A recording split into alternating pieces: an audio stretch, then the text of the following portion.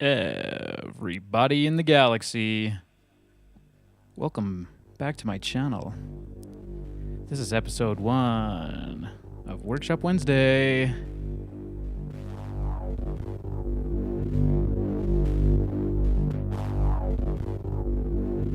I'm playing you one of the tape loops we made last night on Tape Tuesday. We got Mono Synth Monday, we got Tape Tuesday, and today it's Workshop Wednesday.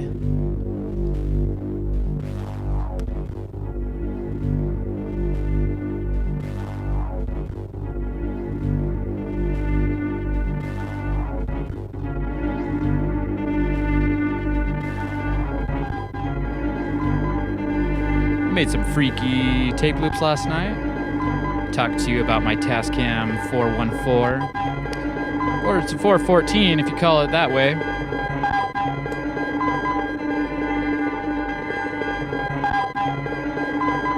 I'm gonna start today's episode off like I normally do, with a song. This one is called Technophobia, because we're gonna get into a lot of tech today. I even got Freaky Teddy bringing in the mail. What you got there, Freaky Teddy? Something from eBay. Something vintage, something classic. Something analog, I hope. This is Technophobia by Electric Archaic, featuring Key Era.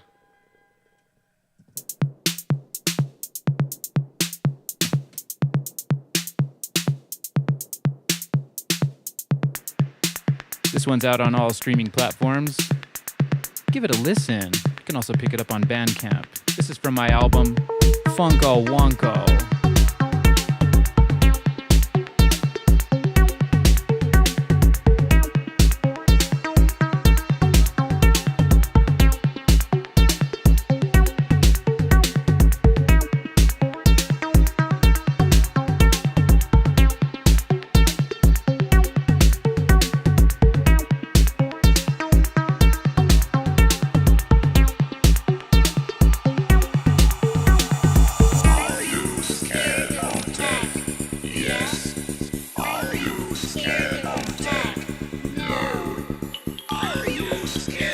Are you scared of Freaky Teddy? I finally found a use for Freaky Teddy. He's gonna be bringing me my mail every week for Workshop Wednesday.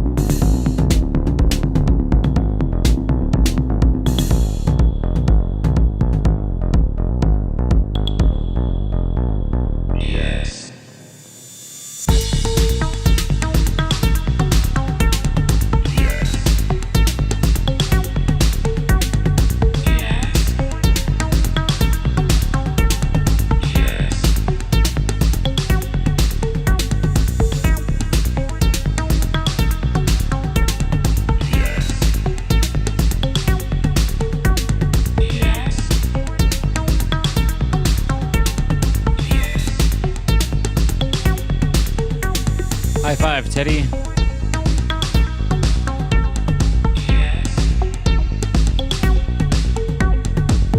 Do a little dance for us, you tiny little yellow bear.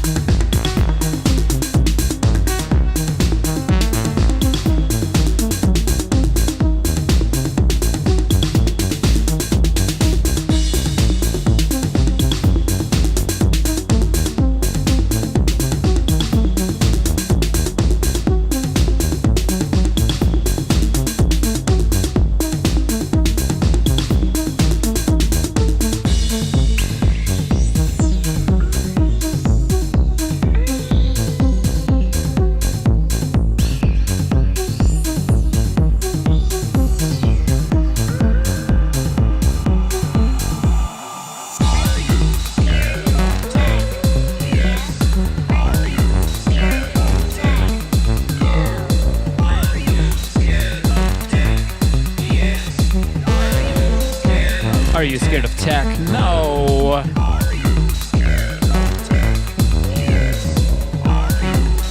I'm going to be opening up my TR-606 drum machine today because, as you know, it's on the fritz. And I will admit, I'm a little bit scared to open that up. I am a little bit scared of that tech just because it's so old and so rare and so valuable to me and to ya.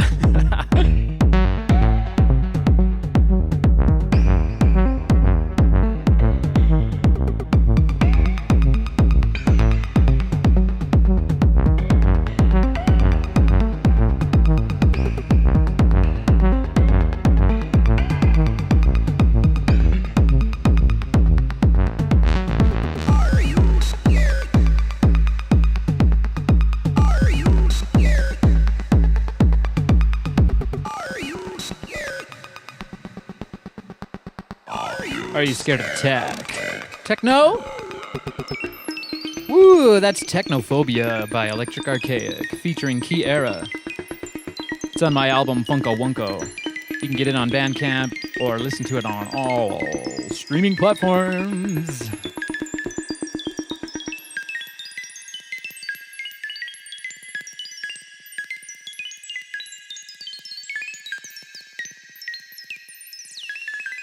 All right. Are you scared of Freaky? I guess so. Freaky Teddy, what you brought me in the mail? We got Workshop Wednesday today. This is the first episode, so we're going to figure out all of the fun things to do on a Wednesday. I hope your week's going well. Hope you got out and got some sunshine on your skin. You got to get that vitamin D the natural way. You know what I mean? All right. Thanks for bringing me my mail, Freaky Teddy. I'm going to make a star out of ya. Later. Okay. We have unboxing package number 1.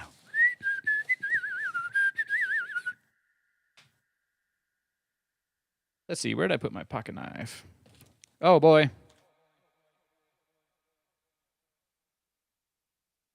There it is. How you like a nice unboxing?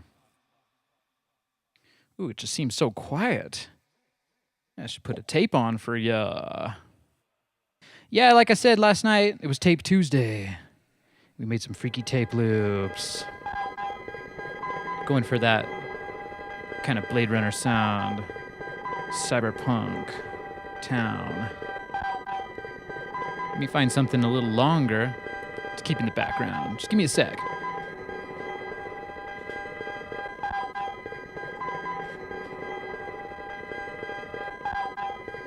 Here we go. If you joined me last night again, you probably heard this one. This one's Electrified Rain by Electric Archaic. It's currently unreleased. It'll be coming out sometime this year. It's a super long song, but I recommend it on cassette tape because you can play the B-side on reverse if you got yourself a nice Tascam.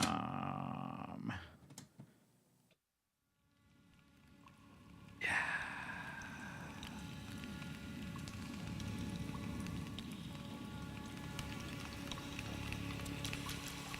Here's what I mean by that reverse sound.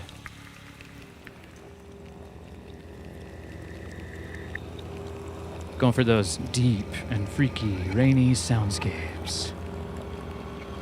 Got spaceships in the air. Just visualize. Your flying car is in the shop. And you're just sitting outside having a bowl of ramen.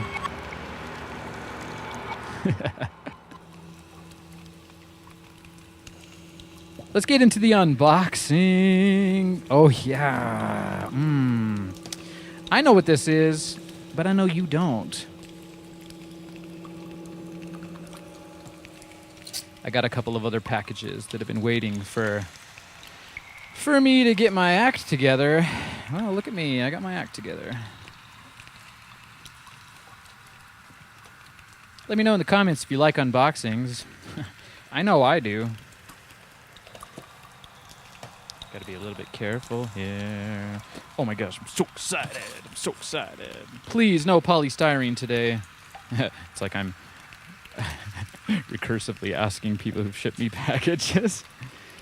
What's done is done. Let's throw the box to the ground. Whoop. Miss me.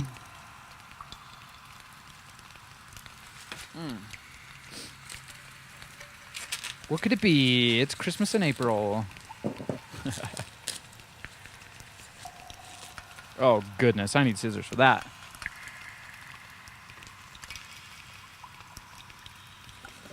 Let's move it along. Let's move it along. Let's get in there. What is it? What is it? Oh, what could it be?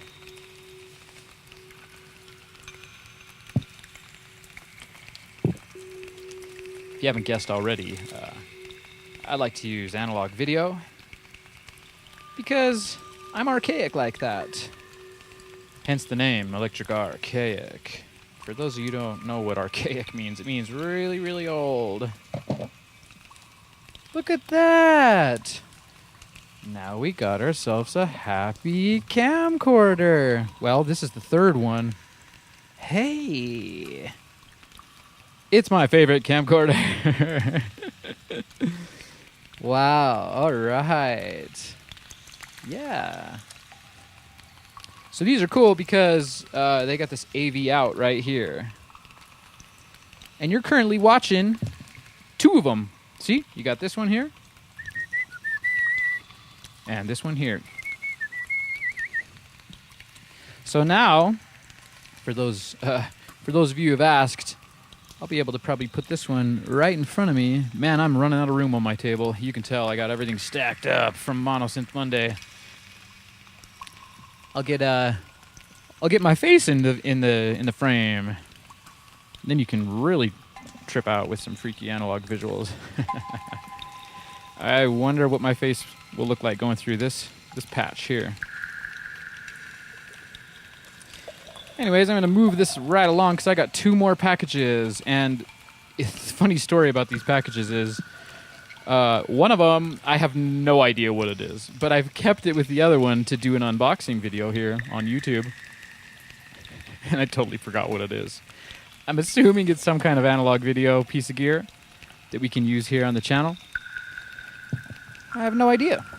So that should be kind of interesting. Yeah. Let me grab those boxes.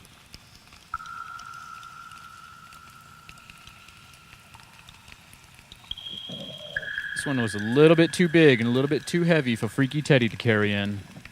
I let him carry the small packages in.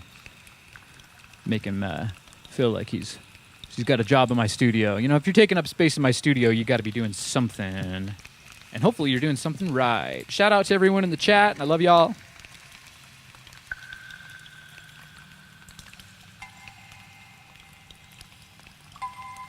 Okay. Let's get to unboxing this one now. It's a bigger one. Oh. You know what? It's time for a knife upgrade. I like this, but, you know, it's not the right tool. You gotta have the right tool. I'm a firm believer and preacher of that.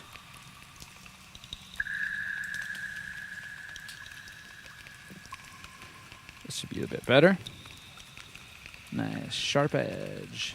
Like a sawtooth, you know? A little sawtooth? Yeah, I don't think square tooth knives work very good. I'm just taking my time here, being a little bit careful. You never know what people are going to send you. So yeah, I've had these boxes just sitting around in my studio for maybe 2 years. Jeez. So this is a special moment for me, and I hope it's a special moment for ya. Jokes. All right. Whoop. I have no space. Alone in space. It's gotta be an unboxing. Wow, how am I gonna do this? Okay, now I am really getting excited because it's been years, my friend. I wanna see ya. Oh boy, okay. One of these days I'll upgrade my studio to get some more room. But yeah, that's just a whole lot of plastic in there. There's no polystyrene though. That's the worst. If you've seen my really, really old videos, you'll know.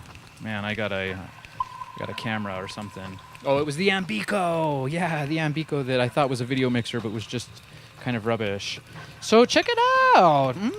Yes, this is the one I forgot. I forgot that I ordered this. Now this is a, what's it, a no-name video color processor? So if you're watching, I'm running this current camera through a video color processor, and that's how I'm getting all those freaky RGB lines. I'm actually running it through 2 color processors. I'm gonna mess around with the signal chain on that, try to get something a little bit more unique. These RGB lines, they happen all the time. Especially the green. You got to watch out for the green when you're dealing with analog video, because it'll take over.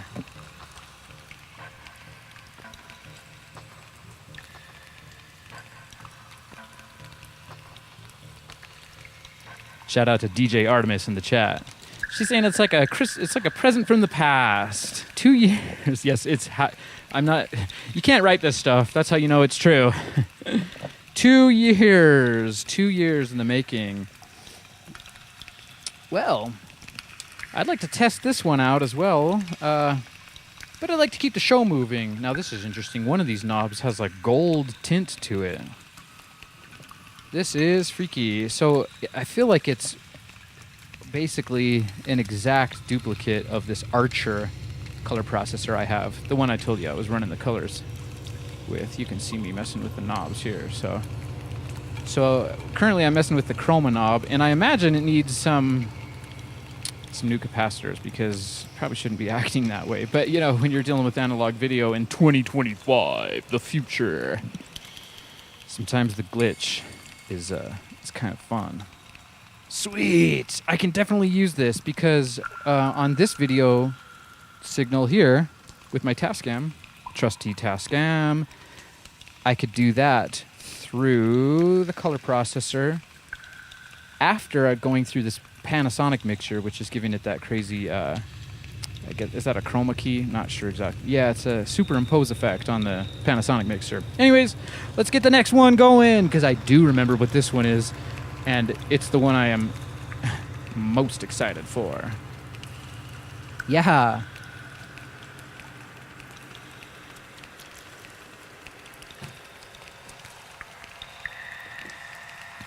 Thanks, Freaky Teddy.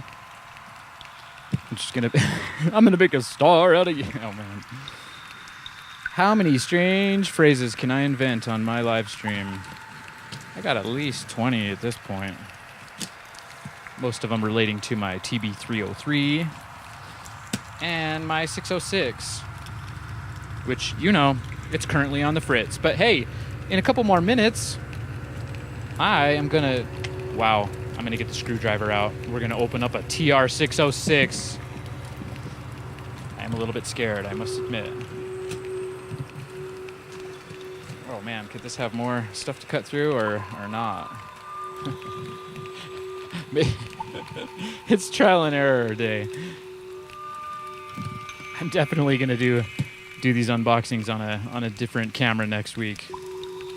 If I have unboxings next week, you know, I figure it's a great place to do it. You know, Workshop Wednesday. It's all about self-improvement. It's all about home improvement. I'm not going to get too bummed out about it, you know? I'm making my studio an absolute mess. You just take the trash and throw it behind you. Just take the trash and throw it behind you. It's Christmas in the Electric Archaic studio.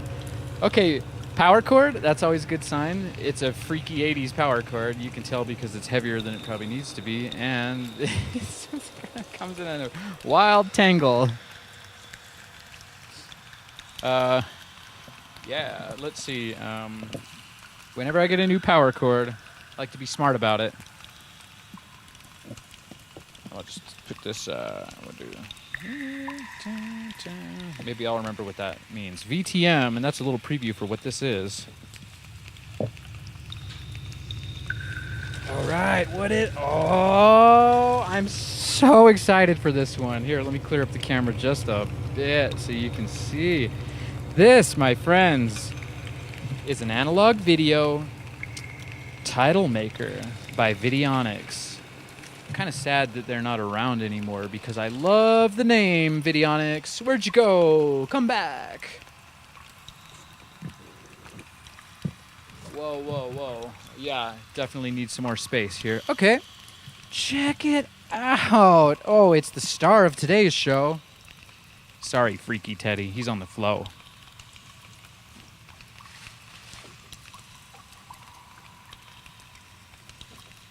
On the floor.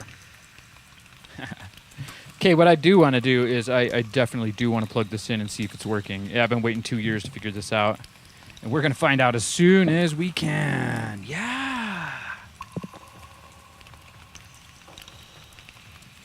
Might be a good time to play you guys a song while I'm getting this all set up. Yeah, 2 years.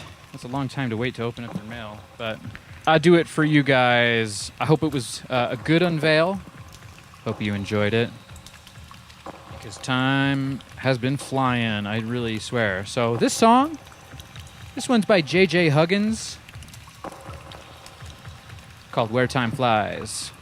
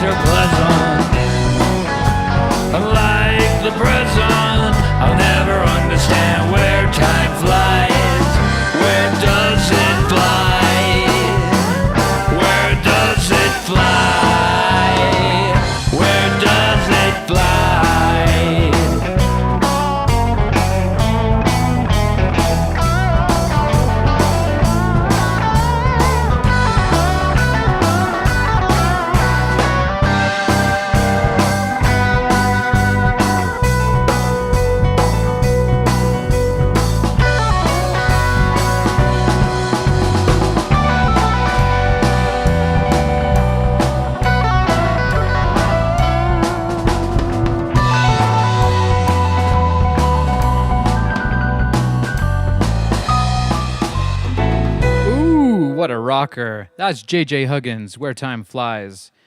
It's on his latest album, H Street. I helped him produce that album.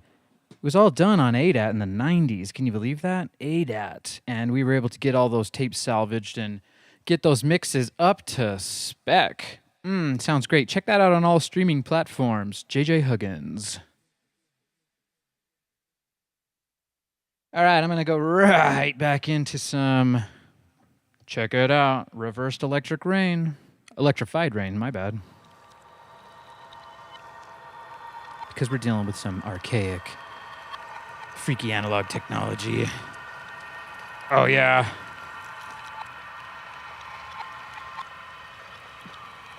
I love that Tascam. Pick yourself up one if you can. Let's get back into this Workshop Wednesday unboxing tech. Okay, so as you can see, I threw down some analog video cables, and this is a power cord that I had to buy separate from the camera because as you saw in the unboxing, this camcorder just came all by itself. And you know what? I'm a little bit bummed it didn't even come with a VHS-C tape. A lot of times they come with VHS-C tapes, and I'd love to play some of those weird home videos for you guys, but I don't feel like that's quite appropriate yet. I'll screen them beforehand, yeah. So if you give me a second here, I'll figure out what's going on with my with everything. But I got a video cable here. I'm gonna plug this into the Videonics title maker and give it a quick test run. But I got to figure out where to plug it into because, as you can see, I'm doing a feedback loop here. Yeah, I think I know exactly where I can plug it in. So we'll keep the feedback loop going because, you know, that's my favorite.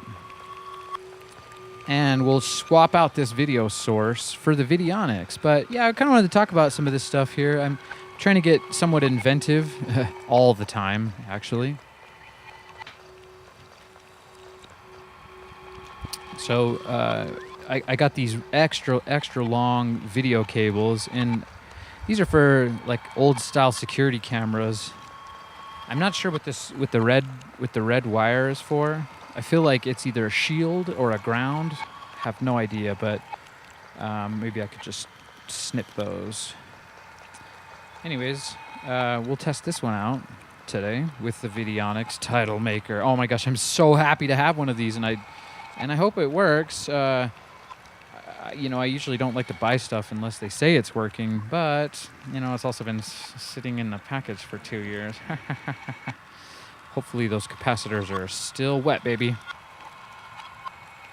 This is just a power cord that goes with the camcorder power cord. We'll need that in a minute. These are really cool. This is for audio, right? It's like you can plug in a turntable into headphones. But what I want to do with them is use these as like little extenders, because the cable that usually came with these, it's really hard to find, but it's effectively the same as just one of these audio ones. So we can test that out in a minute too and figure out which one of these is going to be the yellow. The yellow is for video. The red is for right. And the black is for left. Oh, I'm excited. Let's plug in this title maker and see how she goes.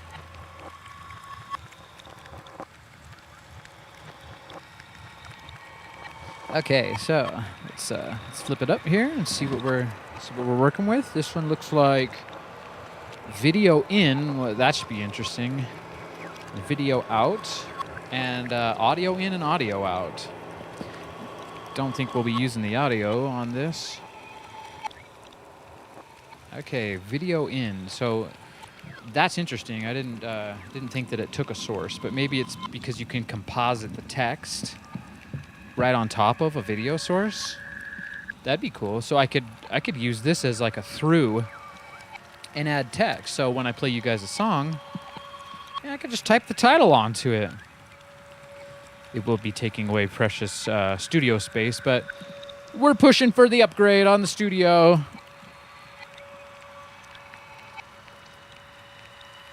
All right, I'm just trying to be kind of careful here so I don't unplug the wrong thing. Oh, no, there it is.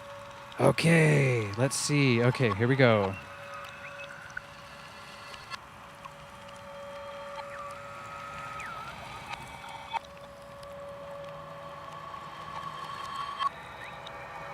All right, so I've just unplugged the camcorder, and now we got ourselves this Videonics. And boy, I have no idea what's going on here. Let's clear it up a little bit.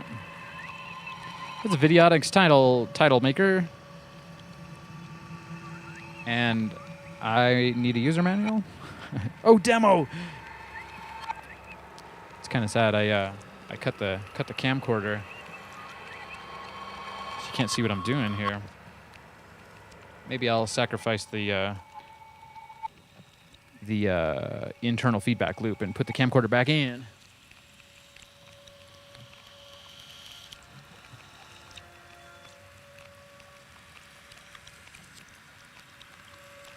Bear with me, teddy bear.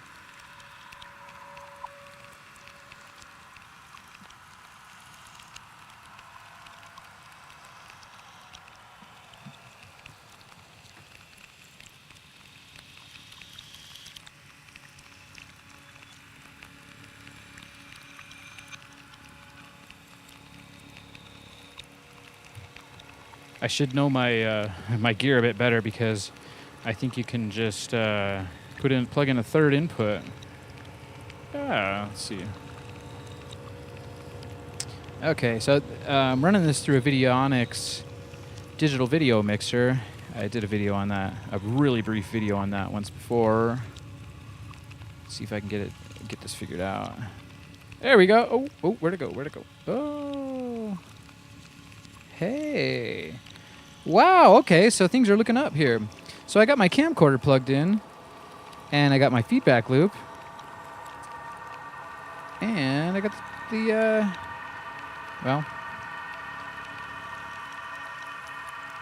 title maker source. Yeah, I messed it all up by doing all that. But that's what we're here for, you know, Workshop Wednesday. It's kind of a long format experimentation about things. Let me just see if I can get this to work a bit better before we fire in. I'm so sorry. Okay, there it was, but there it goes. Okay, yeah, it's man, one of these days I'm gonna have to get out of the shallow end of these pools and figure out what the hell I'm doing. Oh gosh, is this gonna work now? It works. Yeah, see, it takes a minute to configure that. I do this before every show. Wow, there's a lot of variables.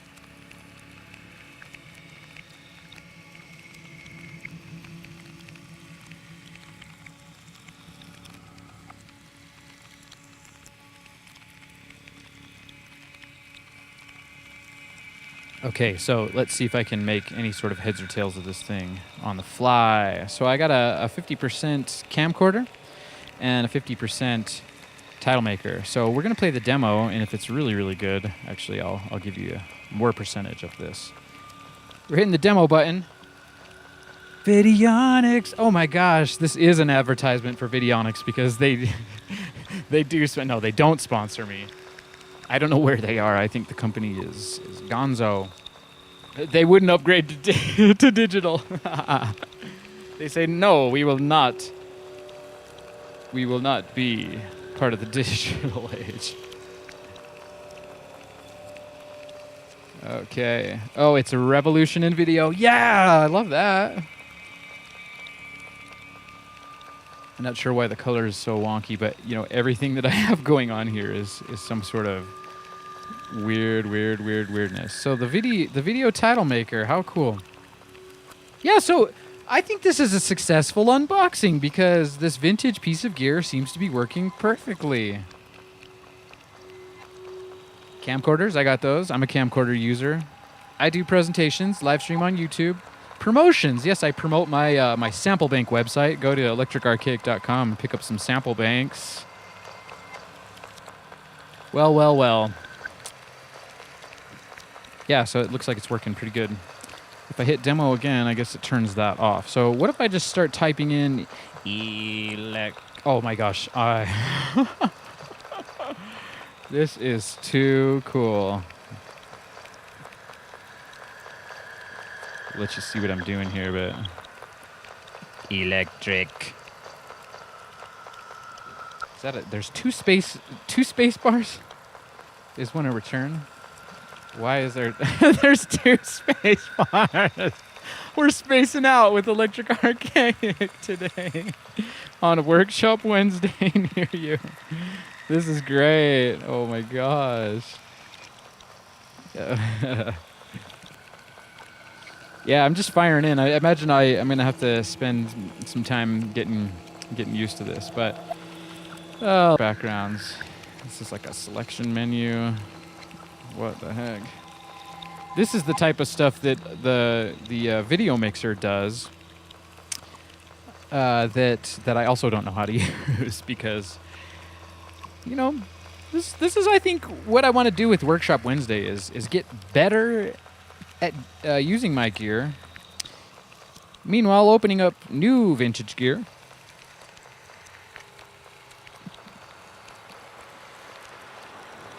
It's all about self-improvement, studio improvement. This is pretty cool. Let's see what the arrow button does. Just kind of... It's a cursor, so I can... Okay, so this is really, really cool. I'm having a blast already. It's actually a little bit cooler than I thought it would be. Let's go back into this background. There's got background color and background pattern. Let's see what pattern tells us.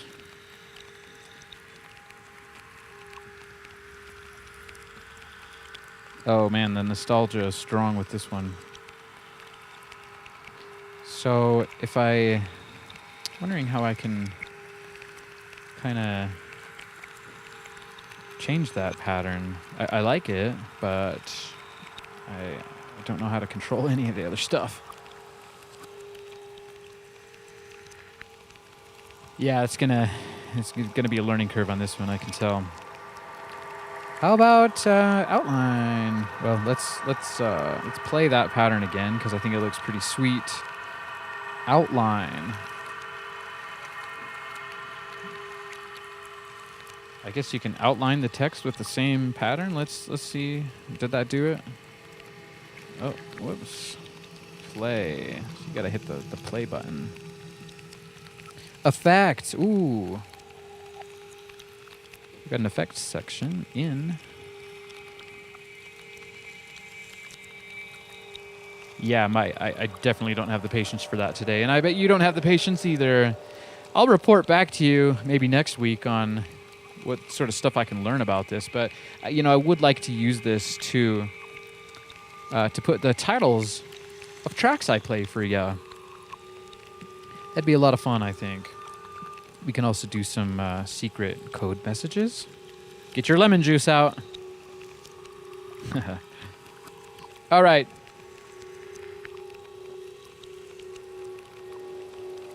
As promised, I got my 606, and yes, it's on the fritz. And I'd like to change the status of my 606 to being off the fritz, but we got to open it up for that. And yeah, I'm a little bit scared to do it, but I got you guys here with me, so I'm feeling like I got good support. We're gonna do it. Let me break down this title maker here. Just power it off, so we can fire in with some very special vintage drum machine unboxing. Now I got to reset my my video mixer here real quick. Okay. Cool, title maker. Man, I've been needing one of those. You can never have too many video mixers, but I'm not sure if you need more than one title maker. You know, we could do a we could do an analog video DJ mix with 2 title makers and a video mixer in between them. I just cracked myself up, and I think that's important. You know, you got to be able to laugh at yourself and make make a silly bad joke every now and then.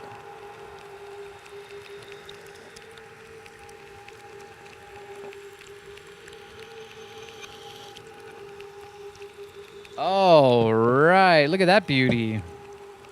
I got myself some gloves so that I don't touch any of those microprocessors in there. That's the last thing we need, is to take a 606 that's on the Fritz and make it more fritzed out.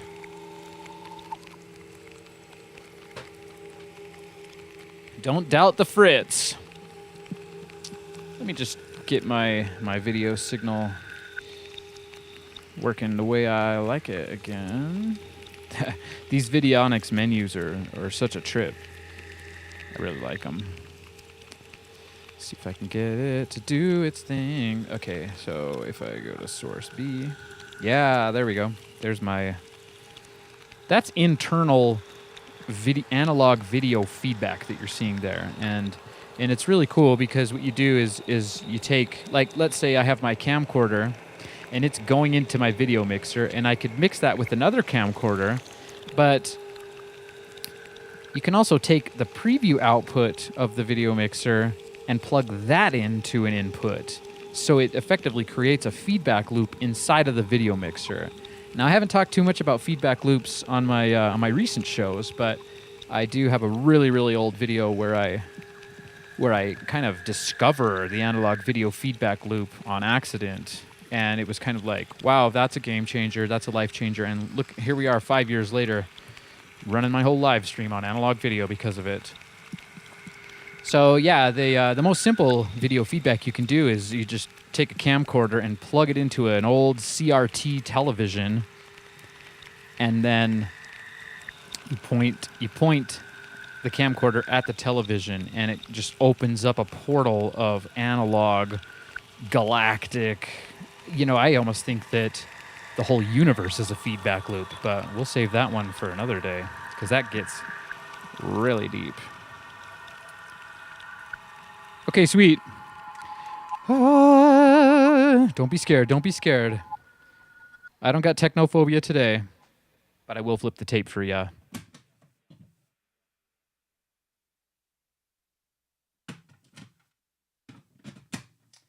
Yeah, I got to make some more of these soundscape tapes because they're really nice to just put on in the background.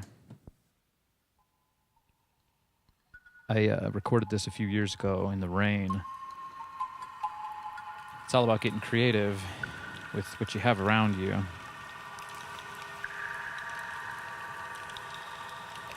All right. Yeah, if you like the soundscapes and the ambient, check out my Ease show. That's Ease, Electric Archaic Soundscape Expeditions. I did my first episode last week on Wednesday. Because I was running a little bit behind. You know, I promised you guys last week a tape Tuesday and a workshop Wednesday, but that was just much too much for me to chew. Okay, so I'm trying to be smart here. And if you can tell, I've printed out the back of a 606. And you'll find out why I did that in just a second. But I'm going to leave that right there. We're going to flip her over. But you got to be friendly to your machines. I got to get some kind of a fabric to put that on because I don't want these knobs scratching.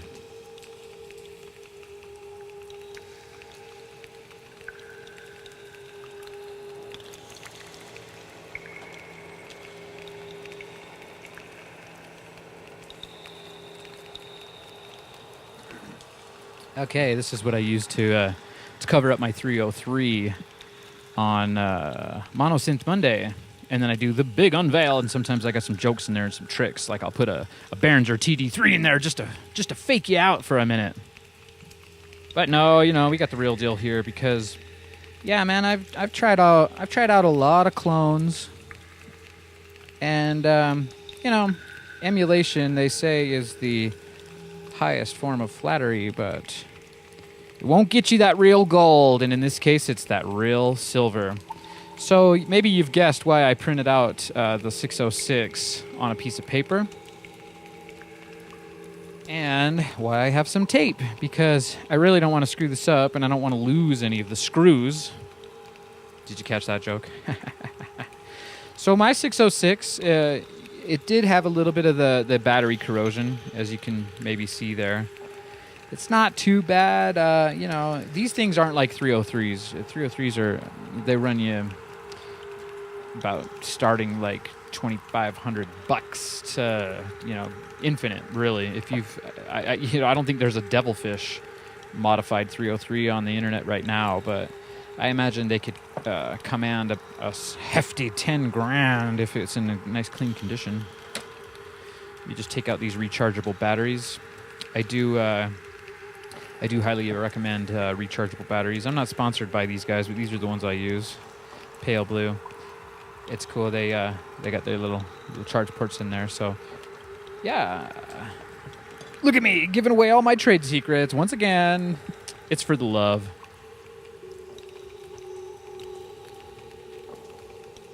Okay, so are you scared of tech? Yes. Oh my goodness. Okay. Let me ground myself really quick.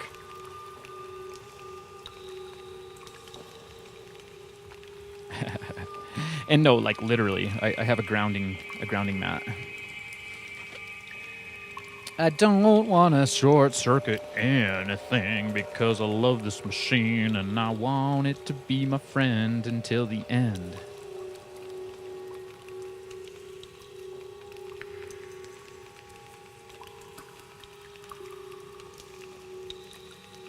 We got people in the chat saying, good luck, and I will take the luck.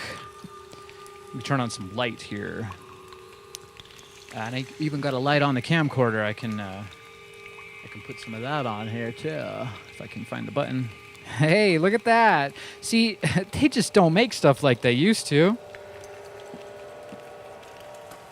Well, actually, my iPhone has a light on it too.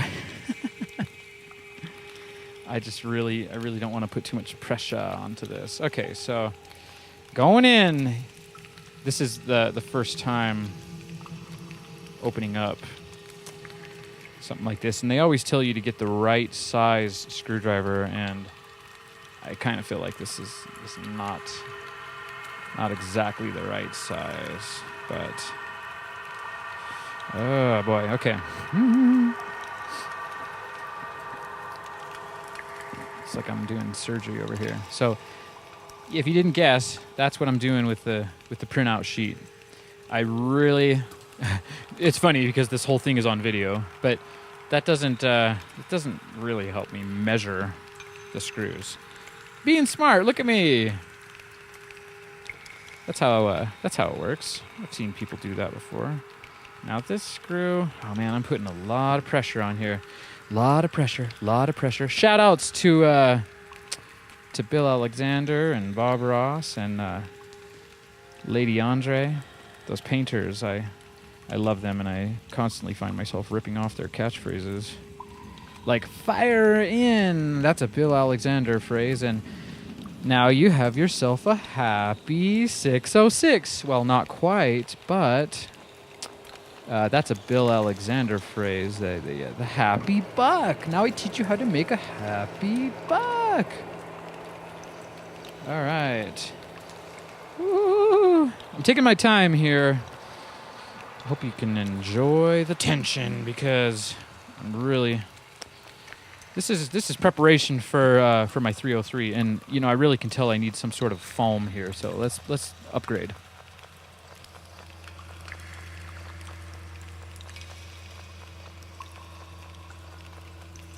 Now I found a little piece of foam that'll help, but ooh yeah, that's actually really good.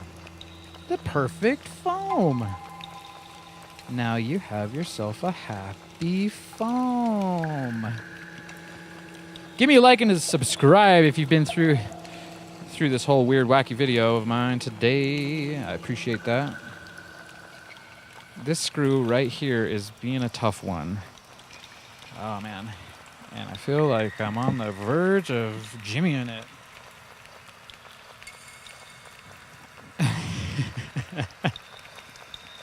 I'm a doctor, Jim, not a carnival expert. Wait, maybe that's the reverse of that. Wow, that screw is really screwing with me here. Come on! If you put in enough pressure, you can... Here's another thing that Bill Alexander would always say. Now I teach you how not to do it. Yeah, Oh, I got it. That's scary, man. Technophobia sets in real fast when you're dealing with an old 80s Roland piece of gear. You know, I feel like I'm somewhat of a historian. I mean, I've been tempted to create these covers for my 303 because the paint around the filter knob and all the knobs that you're tweaking on a 303, the paint gets nice and worn out. But I don't know, man. It just like it makes you wonder what'll happen to your specific 303 in 100 years or so. Because whether people still talk about Electric Archaic in 100 years or not, I'm sure my 303 will just be going up in value. Okay, we're going for the next screw. And I feel really, really bad about this. I'm definitely not going to use this screwdriver for my 303. And it's making me wonder if I can find a better one. I super apologize for you. Hey, remember this knife that didn't work out? Maybe it has a good size. Welcome to my janky workshop. Yeah, that is not the right size. Oh boy. Lot of prep. But, I didn't do that exactly. If I can just push it hard enough. Okay. Yeah, so this is, again, this is probably good that I'm doing this on my 606 first, before my 303. I gotta make sure I'm paying attention here. Learn from my mistakes, because the 303, it's got the same case as the 606. Just gonna flip it around here. Yeah, well, I'd like to apologize that this is taking so long, but I want to do it right, minus the screwdriver being wrong. I apologize to my 606. Okay, so you flip the 606, flip the screw chart. Okay, and that was the corner one.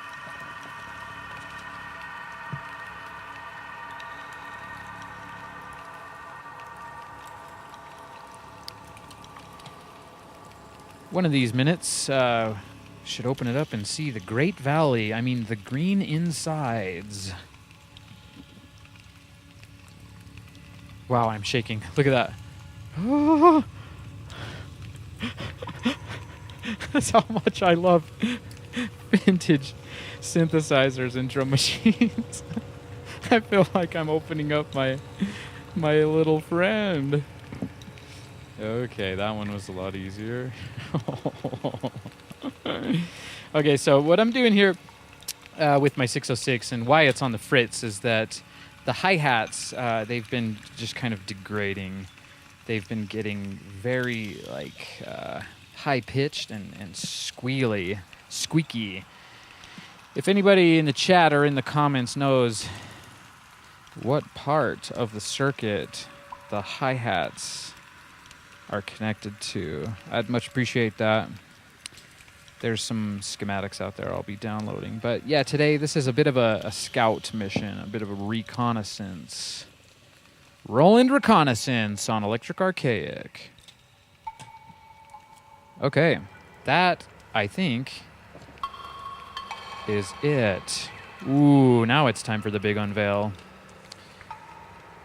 Okay, wow. I'm so scared. Are you scared of tech? Yes. And I should have watched a video before this, but I watched those videos last week.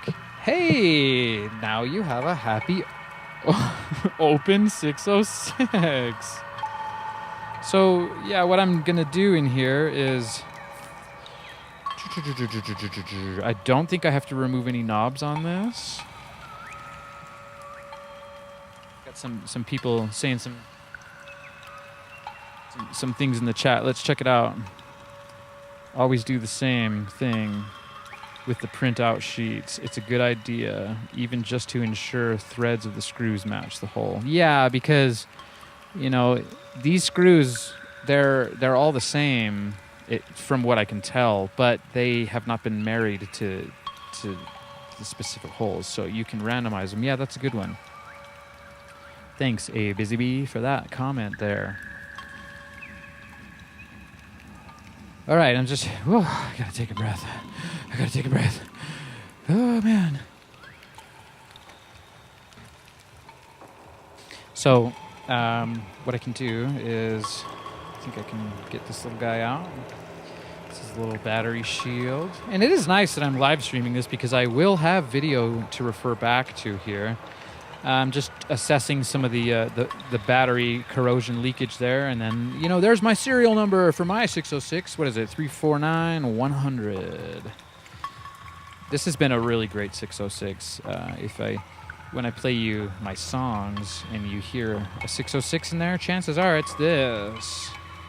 And one of my favorite parts about it is the hi-hats. And that's what we're going to try to fix today. Sorry, I'm a little bit out of frame. I guess I can... wow, I really feel like I'm in surgery here. I'm the doctor. You know, okay. And it looks like I have lost a couple of the switch toppers. So, yeah, I didn't do a good job there. Oh, man. Okay, but luckily they're just right there in the case. So, I did a good job with the screw chart, but I didn't get a little bowl ready. So, and that's a bowl for the switch, the switch toppers. I'm gonna call them switch toppers. Wow, this thing just it's probably okay. I can just drop it, but. Whoa, and now it's like, am I doing a balancing act? You don't want to do a balancing act with vintage gear. I already said that last week when I thought that my sync box was on the Fritz. Okay, now, unlike the screws, I don't think the order of these matters so much. But again, this little thing, you know, that's an authentic Roland switch cap. Switch cap! Oh, man, I kind of like calling it a switch jobber more. Hey, so... yeah, I chose this 606 because it didn't have any of the edges nicked. People, as you can imagine, over the years have dropped these, and this plastic is kind of thin. Can you see that? And it can break, and you'll see a lot of 303s out there with those broken caps. Now that's a weird sight. Seeing a naked 303, 303 606 shell. It's very flat. It's very flat game, like the top of the hat. I'm just gonna set this to the side here, and I'm gonna grab a little container for all of these caps.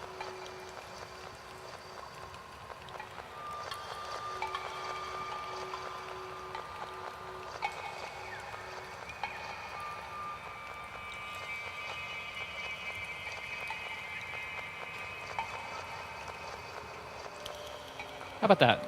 Nice little clean white cap container. Cool.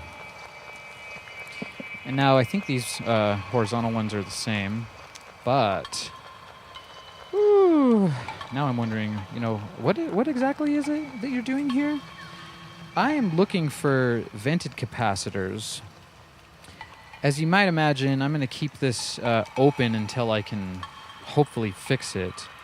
Unless I really, really need it for something. Everything else is working, just not the hi-hats. And like I said, you know, I like my gear to be fully functional. And I do have some soldering skills.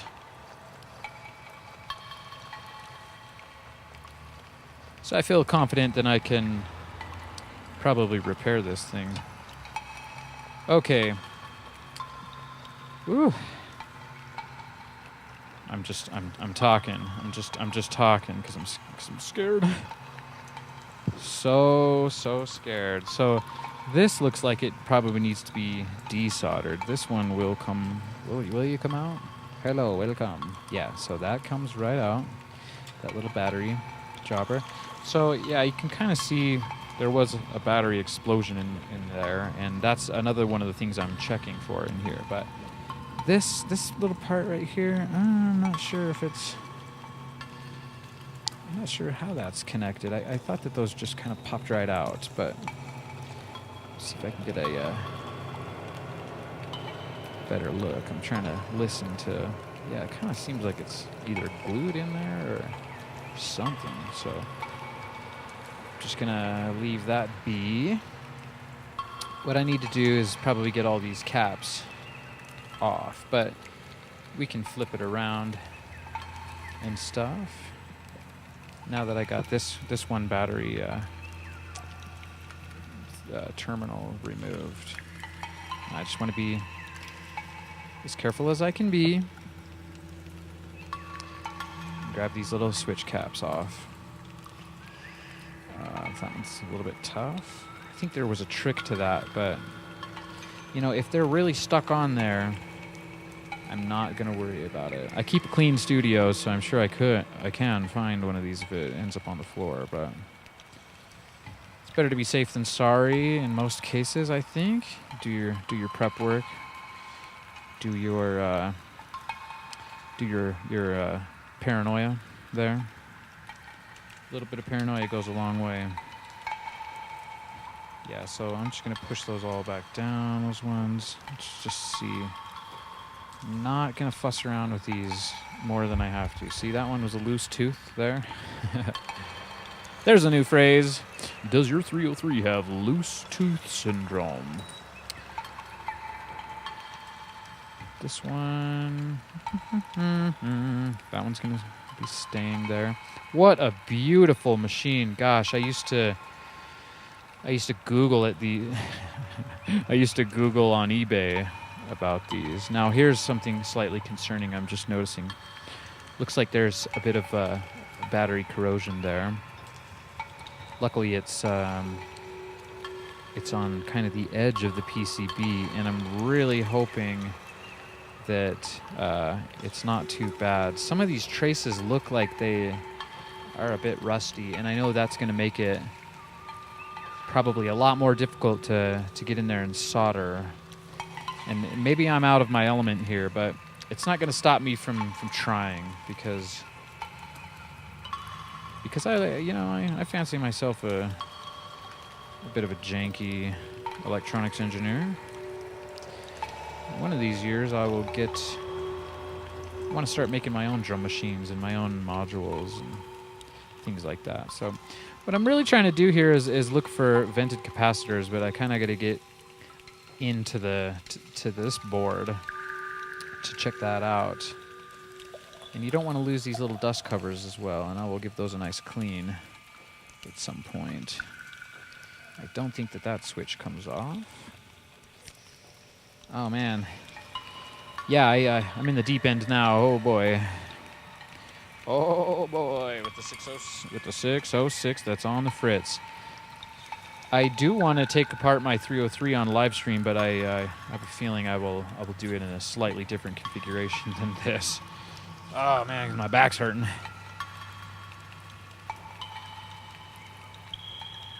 Right. Okay, so you got to be so careful with these, and I really might not be in the right setting, place, or mood for this, but I gotta try to get these knob covers off. Hey.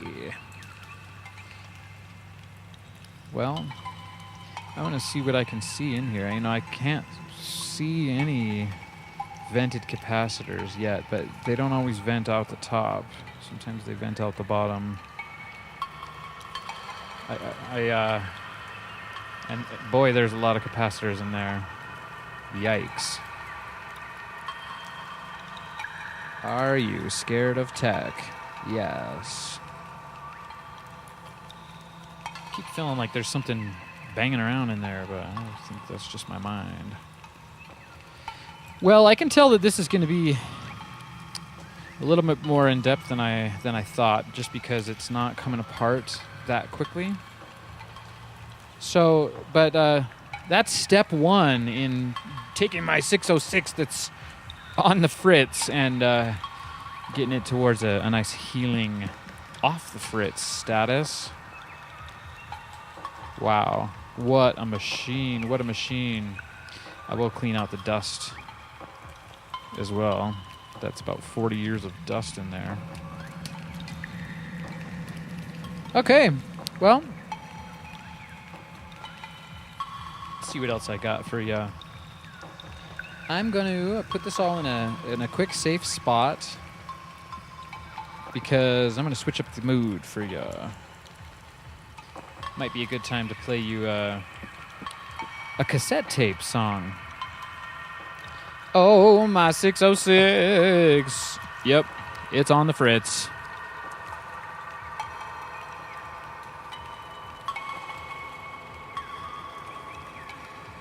It's nice that I have a 606 that I can fire into before firing into my 303.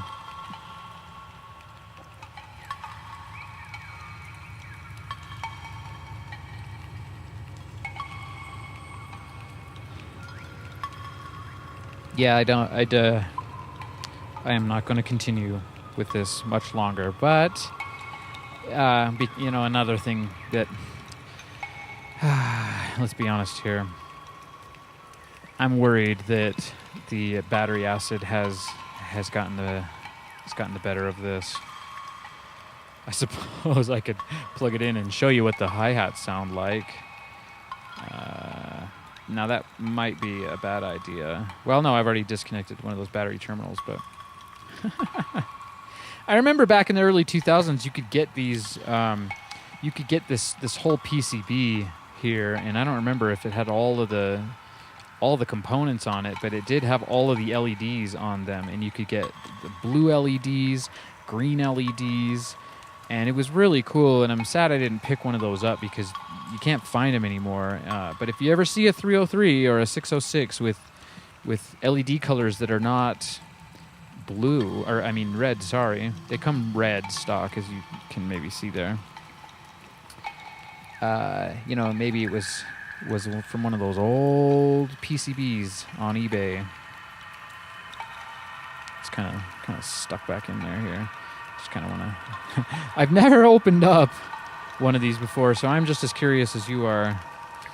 Unless you happen to be someone who has opened one up. Let's just take another quick look at the back side here. I'm just again kind of. My main mission here today was to kind of lightly diagnose some of the issues.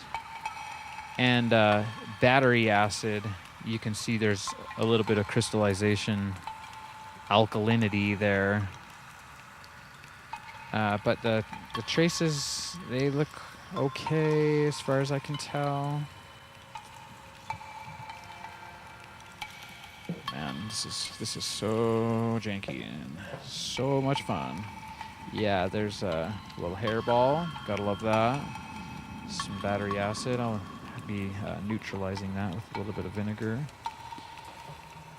at some point. The really scary thing is if you have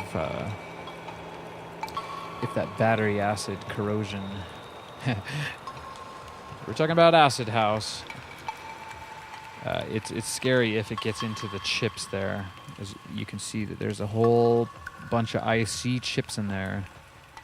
And that is not what you want. And it's scary if it gets into the traces too. Again, without really getting down to business and taking this apart, I can't really go much further than I've already gone. So that's my 606.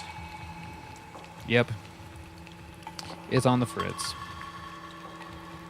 So I'm just gonna put this away, and I think I got some more stuff for you for Workshop Wednesday. I was thinking about maybe making myself a quick silver bracelet, if you guys are interested in jewelry.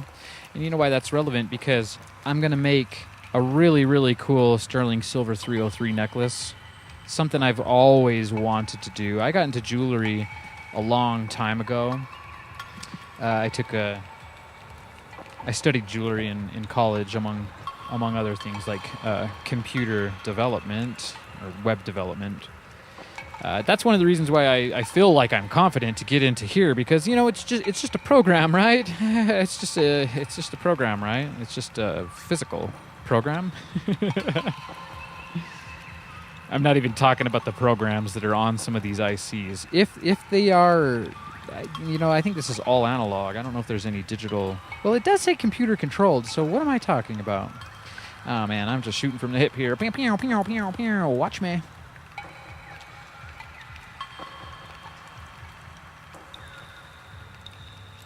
All right, don't forget your battery cap. These things got lost, like all the time. Even though mine is stained with some battery acid, I'm still very happy that my 606 has one of those.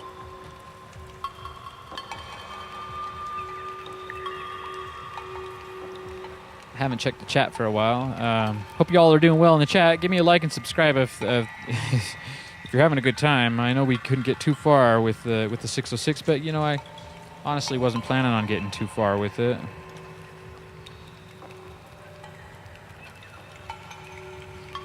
Yeah. Okay.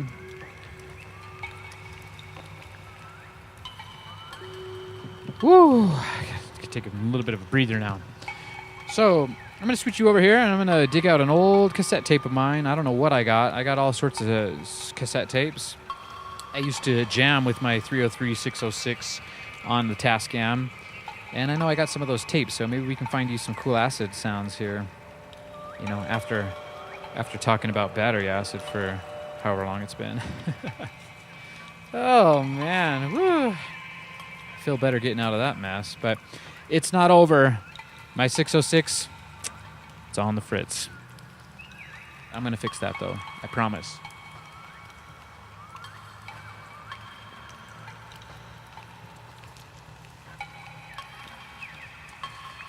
All right, so I got one of these crazy tape containers. Let's open this up.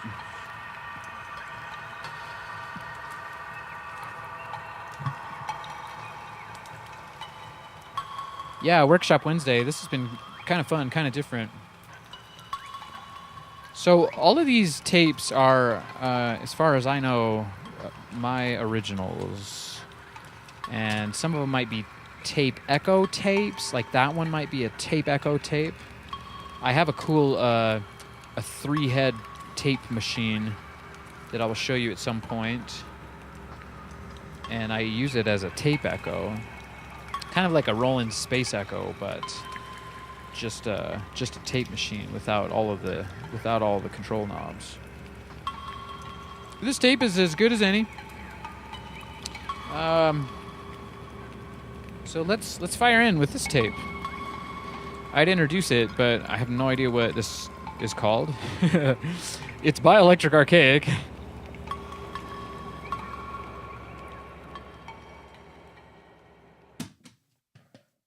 And if you're just tuning in, that was Electrified Rain by Electric Archaic.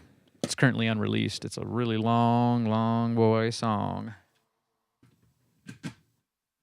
I'll give her a quick rewind here, and let's see what's on this tape.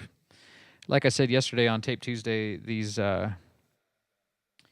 Tascams, they run all four tracks at once, whereas your normal Walkman runs 2 stereo tracks one way and then 2 stereo tracks the other way. That's why we were able to hear the reversed Electrified Rain on that tape, because this tape was done Walkman speed and Walkman style. These tapes are like Tascam studio tapes. Let's fire in and see what's on this one. I have no idea, so hopefully it's good.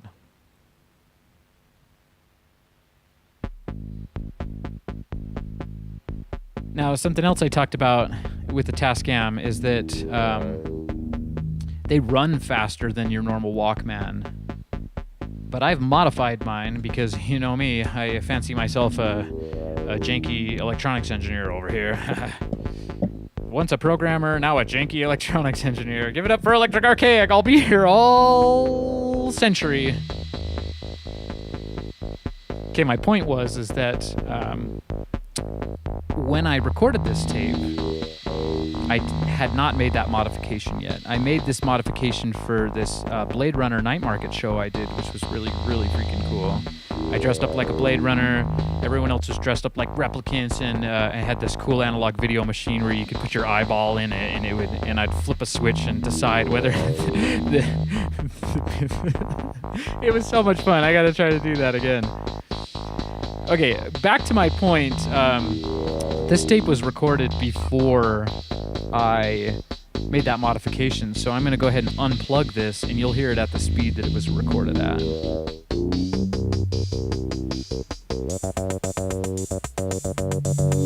Hey, we got some 303 and some 606! See, that's the sad thing. My 606 is on the Fritz, and it used to sound pretty dang great. I can't tell you what that other synth is. Maybe it was my Moog. Speaking of, I should pull out the Moog.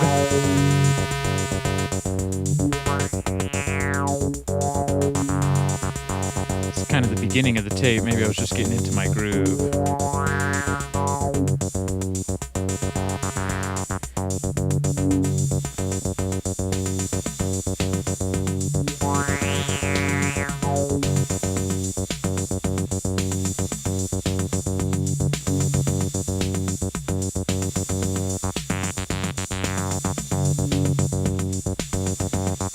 Boring. I'm sorry about that. Let's fast forward a bit and see if I get some good patterns. That's kind of that's what I call a night capacitor when it's late at night and you get all the machines synced up and you just let them rip and see what you can create. I make a lot of my songs that way. Man, it seems like I ended early on that tape because there's nothing here. That's fine though, because I got plenty of other tapes to show ya.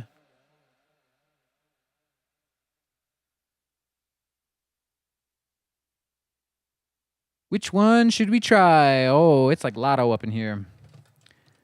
This one. Don't know which side is the right side, but let's try that one out.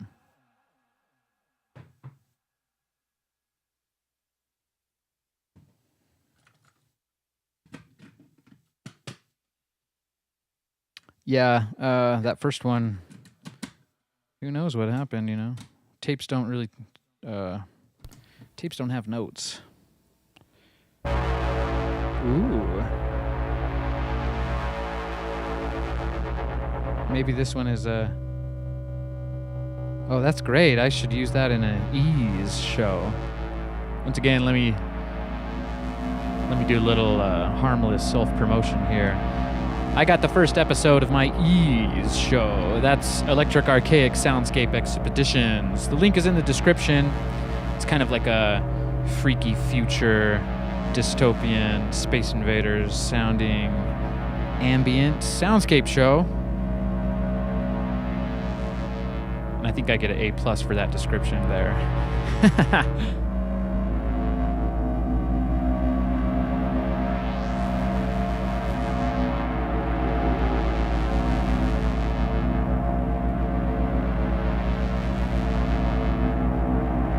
Yeah, it's fun playing with these Tascams. I have 2 of them, so I'll often DJ them.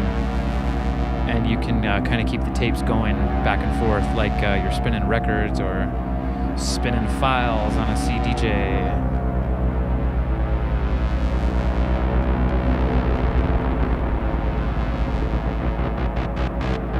This might be the end of the tape. Kind of sounds like it's reversed. Let's flip it over and see if that's correct, because if it is, then I should probably put it in another machine and rewind it. Yeah, that's the end of the tape.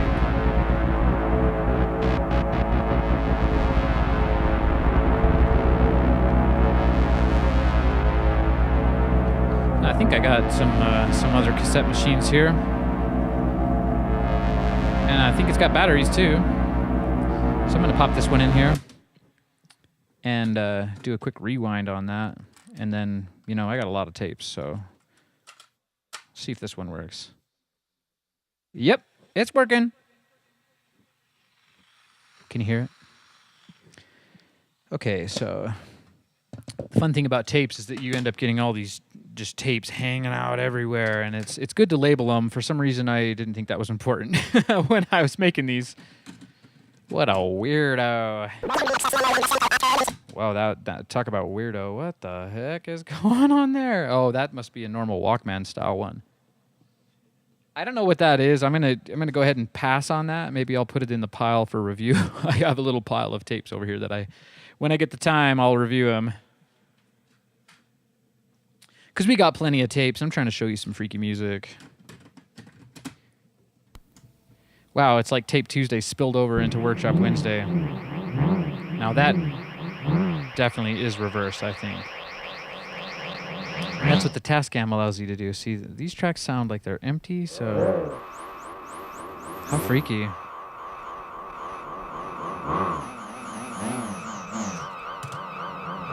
Yikes. It's Space Invaders! It's an invasion of love. Coming to a planet near you. Wow, that is... Maybe that can be the voice for Freaky Teddy. Where's Freaky Teddy? He's on the floor.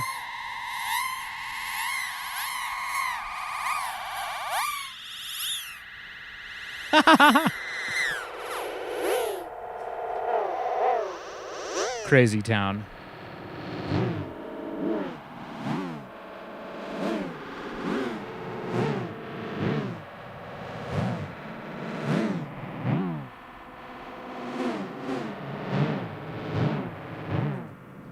Let's hear what that sounds like going the correct direction.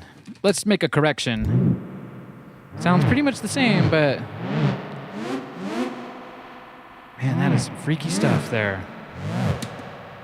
Okay, I got my other tape rewound. Let's see if it starts out better than it ends. And, I'm going to rewind this one as well to find out the same thing. Okay.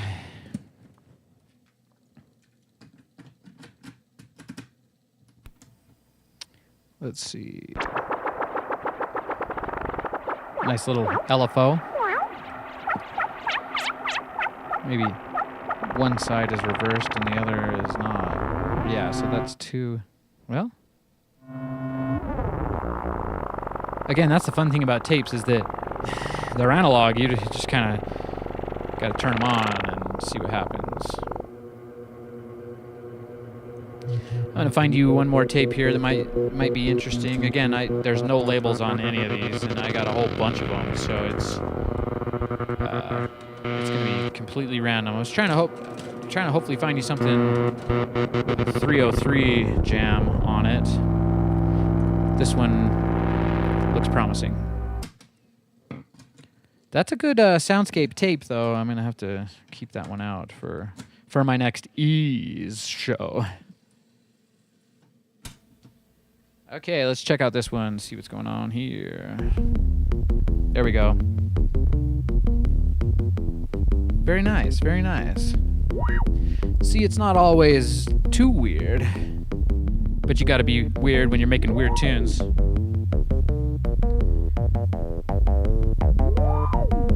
Come on, hopefully I dropped the other shoe on this one. 303 sounding nice. It's going in dry, it sounds like. I usually distort my 303. Yeah, it gives it that nice analog crunch. Brings out the crunch. I remember this. This was a lot of fun. You don't mind if I beatbox a little bit, do you?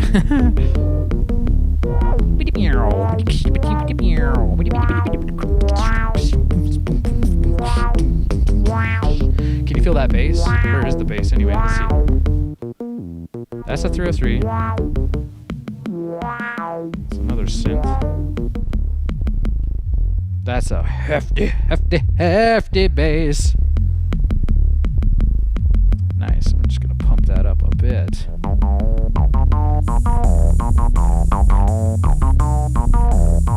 Maybe a bit too loud. Oh boy. There's my 606, sounded nice in the old tape.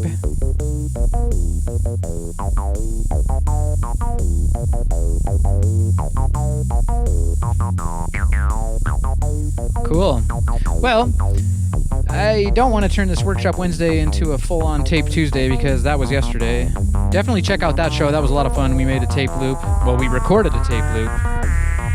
I haven't decided if I'm going to be making tape loops on Tape Tuesday or making tape loops on Workshop Wednesday, or if I'm just going to be doing both on the Tape Tuesday, or if I should, I don't know. Let me know in the comments what you think. You know, the workshop is kind of where things can get messy, and, you know, tape loop making can get a bit messy.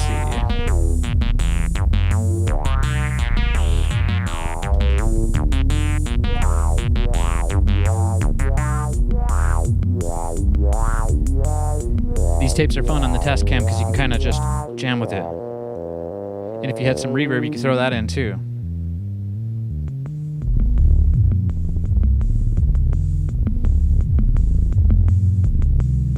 Alright, I'm gonna swap back over to my little workstation here, and when I say little, I'm not kidding. It's like the smallest workstation I've ever used in my life.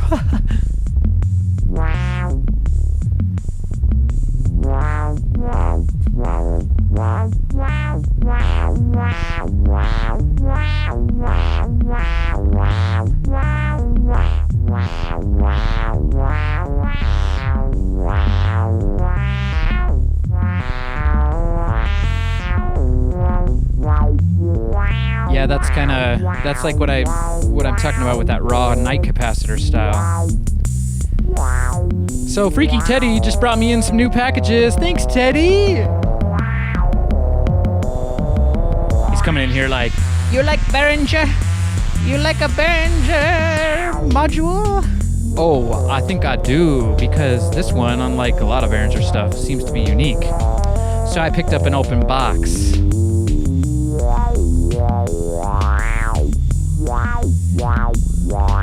But they did the nice kindness for me and taped it back up. Yeah, I like unboxing stuff for you guys. Check this one out. I could not find it in black. I think it only comes in red, so look what I got for that. Got some handy dandy vinyl. It's color black. Ooh. Now I have myself a happy module. Hey. I like that. Okay. This is Perfect Pitch PP1. We're definitely going to skin this thing black. Thanks for the cord. Gotta have one of those. I was thinking maybe we could have a look at this since, you know, it's Workshop Wednesday. Check out those capacitors. I hope they lasted her. I hope they last. So this is cool because you can plug in a microphone apparently right there, and it will convert the pitches to CV and gate, and then it has a line out through, dry through, high Z, low cut, and a bend. So wow. I know we probably don't have much time to mess around with this much this week, but I will skin this thing black so it fits in nice with my modular synth. Speaking of, I'll show it to you.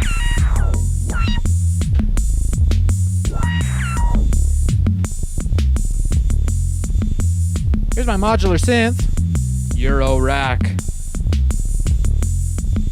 Sorry about the view. It's going to be a zoomed in view because, again, I got no room in the studio, partly because I got all this analog video kit taking up half of my desk.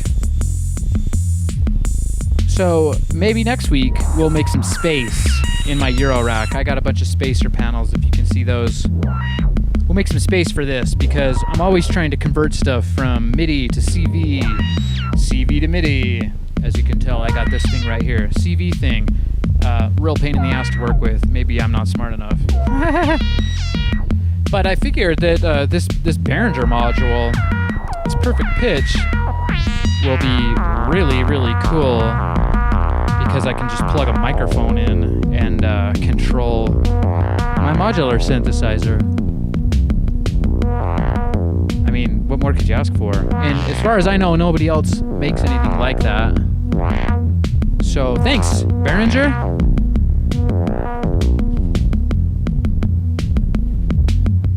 we're doing something unique. Yeah. Oh yeah. Okay, I'm gonna put that one back where it belongs.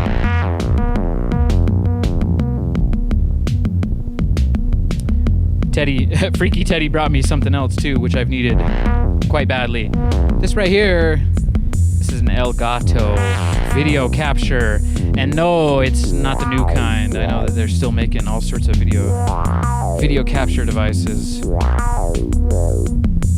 Let's open this up and show you what it is. So, similar to that camcorder I opened up earlier, well, both of my camcorders are going through one of these. So, if you want to know another trade secret from Electric Archaic, I got two computers running those two Elgatos, and I got another computer waiting for this Elgato. But again, you know how I like it. I like it analog, I like it vintage, and I like it rare.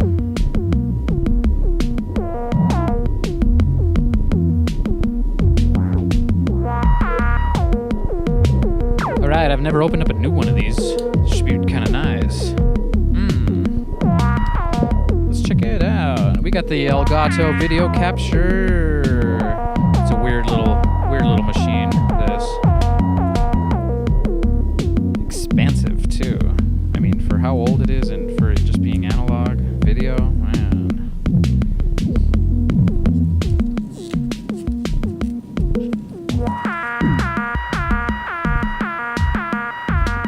Yeah, if you've been with me so far, definitely give me a like and subscribe. It's Workshop Wednesday, kind of a free form, freaky and fun studio workshop vibe. Check it out! Oh yeah! Gotta love opening me up some fresh gear here. Look at that, that's a brand new Elgato video capture. So, and it comes with the cable? Oh, nice. You always need a video cable. I do, actually. I don't know about you. Now this, I have no idea what that connects to. I'm sure I'll just keep it right here in this box. But yeah, this, if you have been wondering, this is how I get all my analog video in the box. And I prefer this. I did, let me just tell you here, I did so much research, trial and error, in order to, well, for one, bring this channel live on YouTube. Give me a subscribe. No, the amount of research I've done on analog video is too much. And looks like that's the end of that tape. That was a cool one. Let's put in one of these here that got rewound. Let's see what this is going to sound like. Gosh, it almost sounds like there was a power outage when I recorded that other one. Hey. We got cassette tapes. Anyways, what was I saying?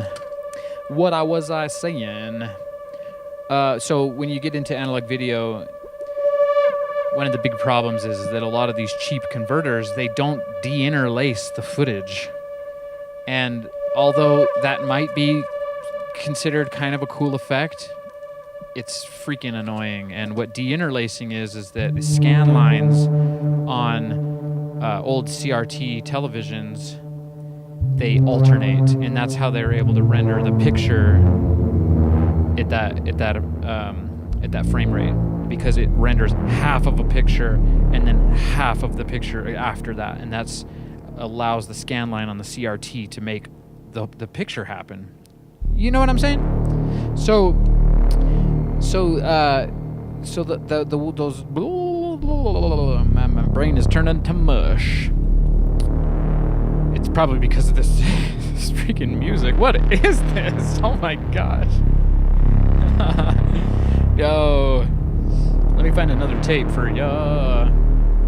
Actually, I'm gonna go back to my most favorite. Or was this one rewound? Maybe that was the one we rewound and didn't play yet. Let's try that one. Let's It's fun messing around with tapes. Life's like a box of tapes. You never know what you're gonna get. Okay, back to telling you about deinterlacing. This machine deinterlaces pretty good, and as you can tell, the quality is pretty good as well. But I have a very strange secret sauce for how I get my analog video in the computer. And I'm not going to reveal all my trade secrets, but I will say that this is my preferred method at the moment for deinterlacing analog footage and getting it into a computer. And then it also allows me to use the computer as a video source. Looks like there's nothing on this tape, which makes me a little bit sad. Bummer. Sorry about that. Let's go back to my old friend. It's Electrified Rain by Electric Archaic. Whoa, fire right in. Now we're playing this on the fast speed now. Everything's going to be a little bit quicker on this version. Yeah, so there it is. Now I can get that camera set up, and you guys can see my face at some point. Not going to make any promises on when that's going to be, but I've had a lot of requests for people telling me, you know, your live stream is so cool, but we want to see your face. Now, with the help of this, you can have a happy face.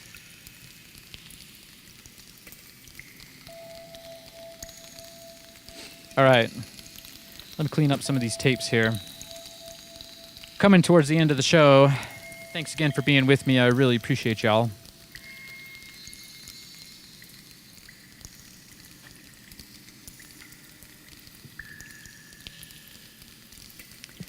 Was gonna make myself a nice silver bracelet here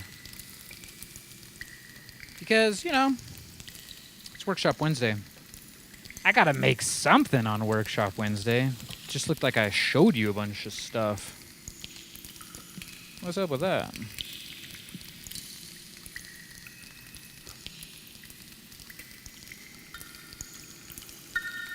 Sweet.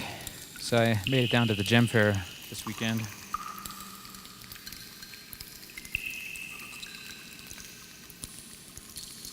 Picked myself up a little bit of a silver chain.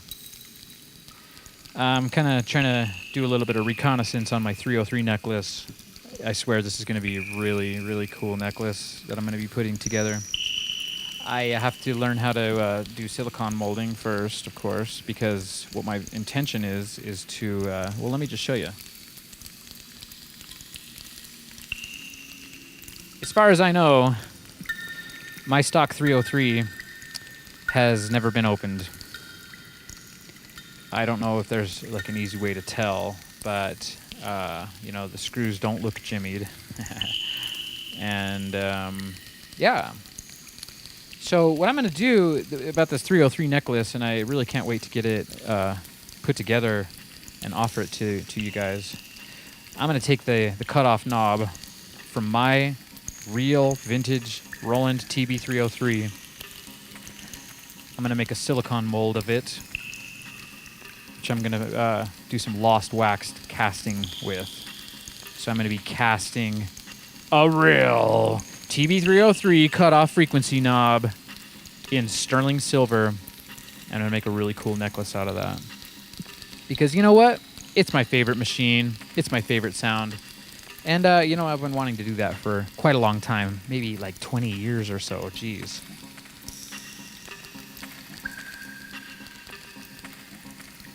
Cool. So, guess I can take the old copper bracelet off. It's time for an upgrade.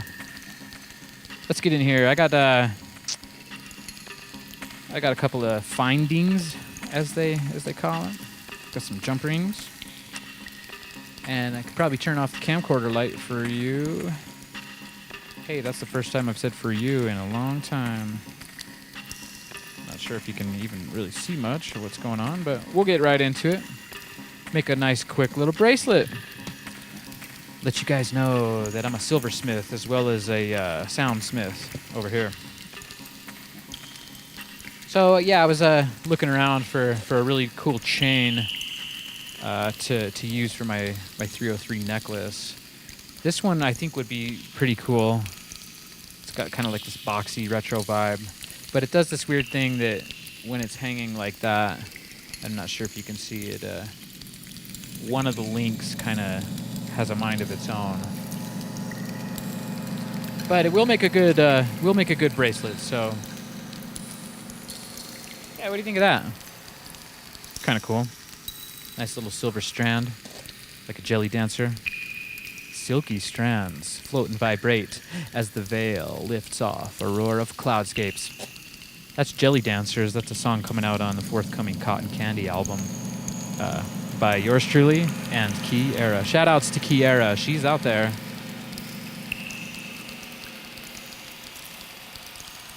Never thought you'd be making jewelry with a soundscape, man.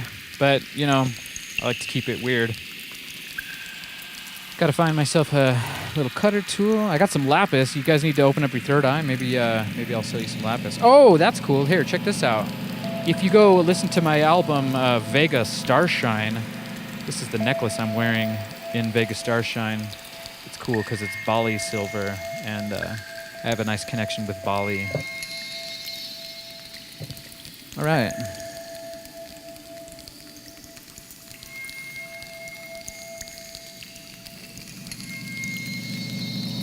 So, I need one more tool, and that's my little jump ring tool.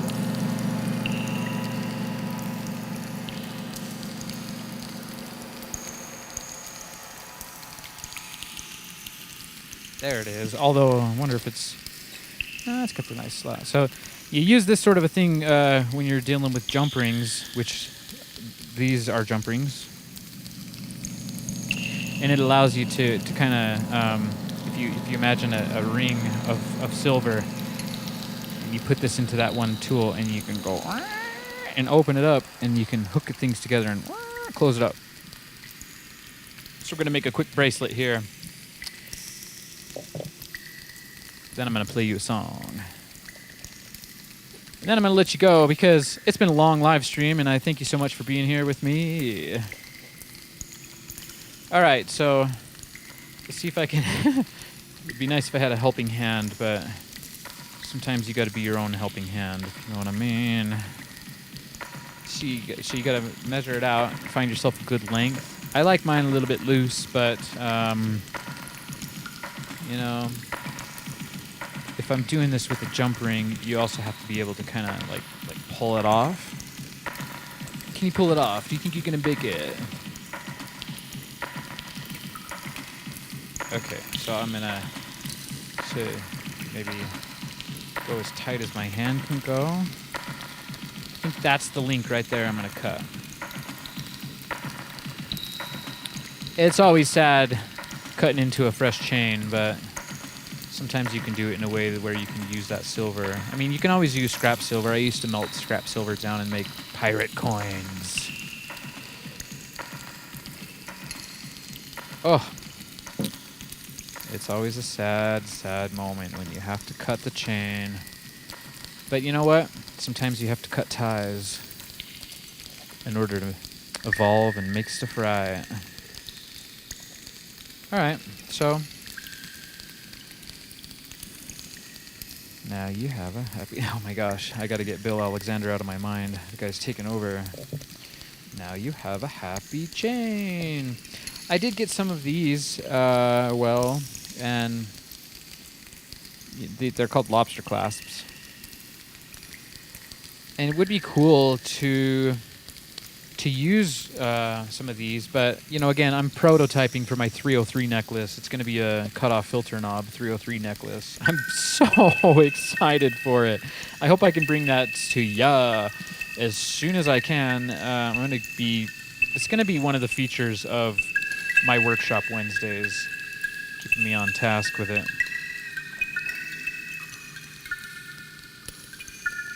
Let me just drop this back down into the low mode.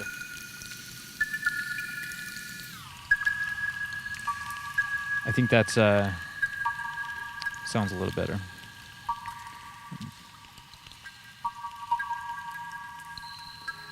Once again, I'm playing you Electrified Rain by Electric Archaic. Man, that's a lot of electric. That's why I got to get back down into the silver, to the jewelry.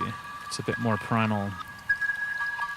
Okay, so this thing, if you're not aware, it's a little ring for your jump rings, and it has a couple of different sizes. It's got the big size, which is what we're going to use here today, and it's got a couple smaller sizes.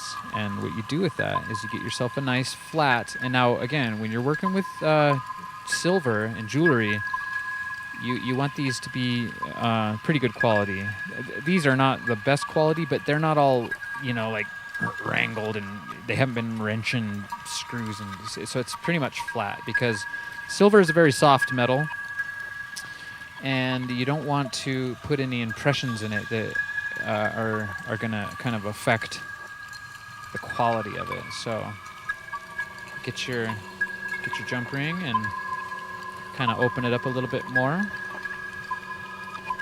and then you just loop it in here. Now again, I think I made this a little bit on the large size, this chain, so that I can roll it up my hand. And now these aren't really adding up equally. I'm not sure if you can see, but a lot of the times with chain you can do, it's kind of like odd, even, odd, even, odd, even, if that makes sense. And it'll line right up. But in this case, it looks like there's a slight twist in the chain. But what I'm doing is, if you can see, I'm hanging it, and you want to find yourself a nice relaxed position of the chain, and you want to link that right in there. See? Now we have, well, almost. Then you take this jump ring tool, and you just close it up nice and easy. So, ideally I would take that extra link that was right here and go hit that with a touch of solder. But, I don't have my torch, especially not in my studio. And sometimes it's okay to have like a little bit of a different ring. And if you sized it out right, you'll be able to just kind of roll it onto your wrist. Now, this is a little bit tight, but I think that if I can get it without stretching that jump ring too much, now I have myself a happy chain. Look at that. See, you come to Workshop Wednesday, you can learn all sorts of stuff. A little bit shorter than the copper one, but I think if I added any more links to that, it would have been too loose. So yeah, that's good. Hey, look at that. Getting into one of my old past lives there, which was making jewelry. Yeah, Kiara got me into making jewelry. I really appreciate her for that. We'd do a farmer's market every Saturday, and that was a really cool time there. I was collecting the scrap silver, like I said, and making little pirate coins out of them. Well, this has been a lot of fun. I sure appreciate y'all. I think I'll play you one more song from me, but I haven't decided what that is yet, so I gotta fish it out.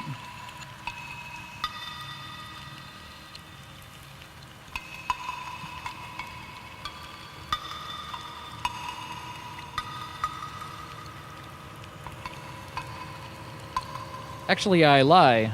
I have decided what it is. This is an older song by me, Electric Archaic. It's called World Lord. And I used that machine, that tape echo machine I was telling you about on this one. So listen for the tape echo. I like this song. This is World Lord by Electric Archaic. It's out on all streaming platforms. Make sure to check me out on all streaming platforms.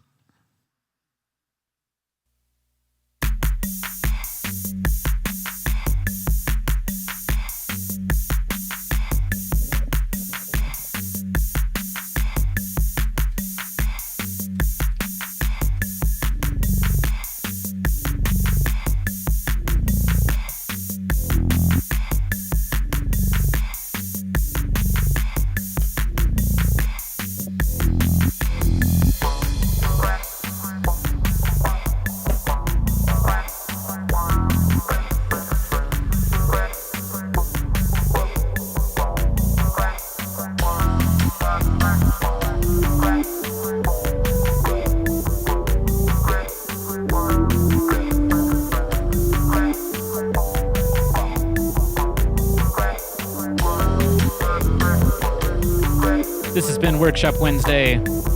I'm Electric Archaic, and I love all of you, and I love this planet. And I know that you love this planet too.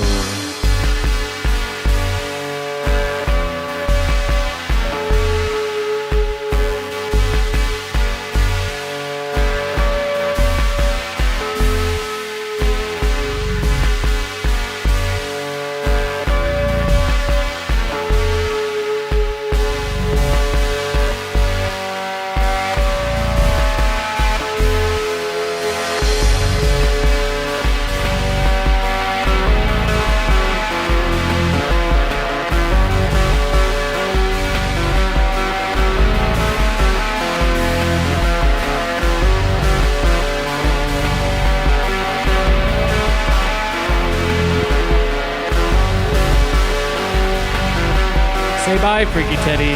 Say bye. We got Freaky Teddy. Bye.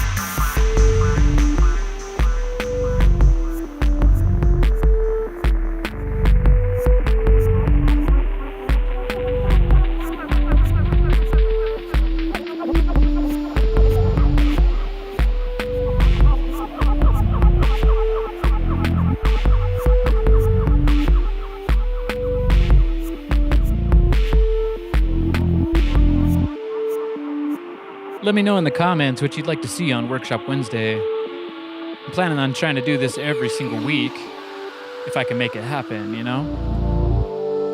It's gonna be a thing.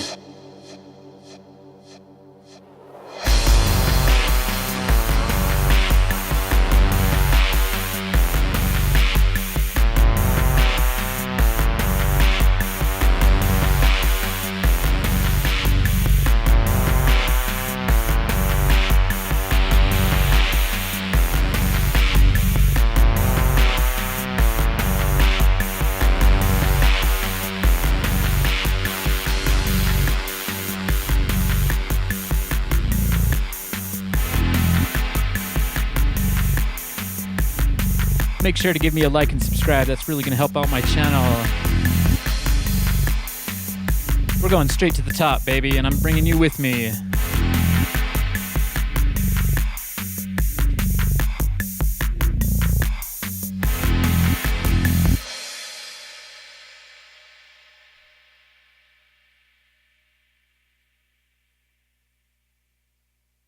Since I don't quite want to let you go yet, I'm going to play you a really special song that Kiara and I are working on. This is Jelly Dancers from the forthcoming album, Caught in Candy. Shout-outs to Kiara once again. She's out there. Find her on SoundCloud. Find her on Spotify and Apple Music. She's got a lot of cool tunes.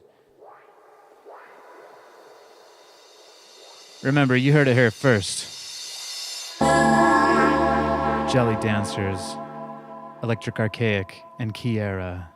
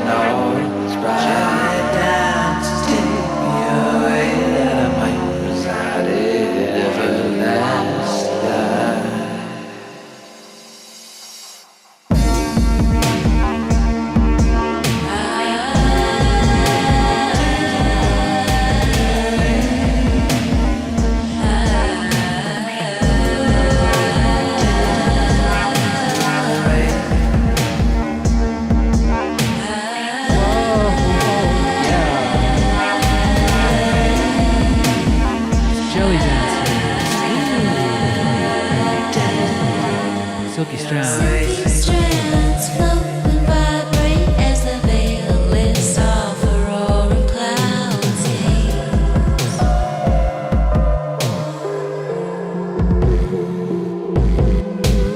Colors change before my eyes as reality takes off its disguise. Idle forces from beyond soften me until the sharpest edges come.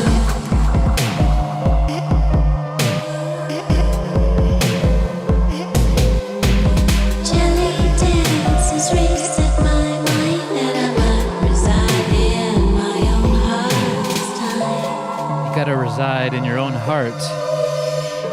It's key in this era.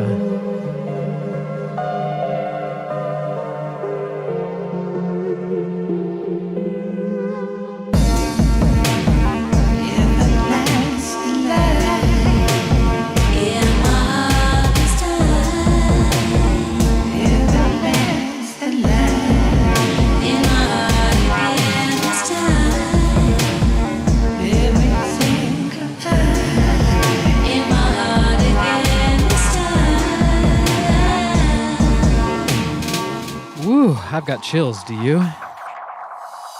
Gently dance, take me away, places I've never been. Gently dance, circle my eyes. Gently dance, take me away, places I did last night.